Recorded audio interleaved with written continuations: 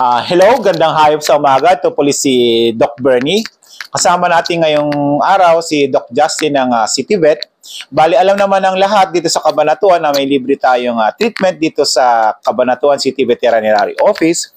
Ngayon, Doc, ang tanong ko, ano bang kailangan sa kailangan malaman ng mga pet owners kapag sila yung nagpapagamot dito sa City Vet bago nila dalhin ang kanilang pet dito? O kaya kailangan gawin ng mga pet owners?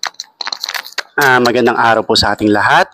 So, usually po ang mga nire-recommend namin na bago dalhin ang maalaga nila dito ay una dapat mayroon sanang leash o kaya mga cage, kulungan, sa mga feeling nila aggressive o mga may history ng aggressiveness, mga busal o yung muzzle, no?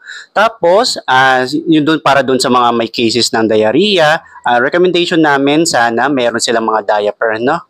So, para hindi sila mag-spread ng further infection. Okay, Doc, thank you. Okay, maganda yung sinabi ni Doc na yung naka-diaper, lalo yung, siyempre, Doc, di ba, uso yung sa parvo. Siyempre, para hindi magkahawa pa yung sakit sa ibang pets, okay?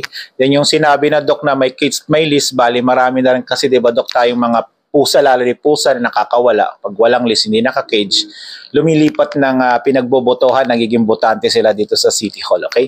Ang last kong tanong, Doc, kasi maraming may mga galis na dito sa aso, di ba, pag nagbabahay-bahay tayo, nag-anti-rabies, ano? Hindi kasi nila alam na mayroong gamot. May gamot ba, Doc? Pwede bang maalis ang galis? Okay?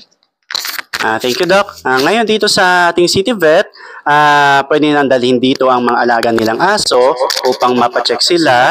Tapos, meron tayong gamot na maaaring makatulong para sa kanilang kondisyon. So, ayun po, no? Pakidalhin na lang po nila dito sa ating tanggapan sa City Vet at titingnan natin kung ano ang ating magagawa at kung ano ang ating may re-recommenda. Maganda yung sinabi ni Doc Justin na hindi porke may problema sa balat, galis. Tamang dapat nakita talaga ng doktor kung anong dapat gawin para gumaling po talaga ang balat, galis man o anong po ng ating pets natin. Okay? Ito po si Doc Bernie, si Doc Justin, isa pang magandang hayop sa mga.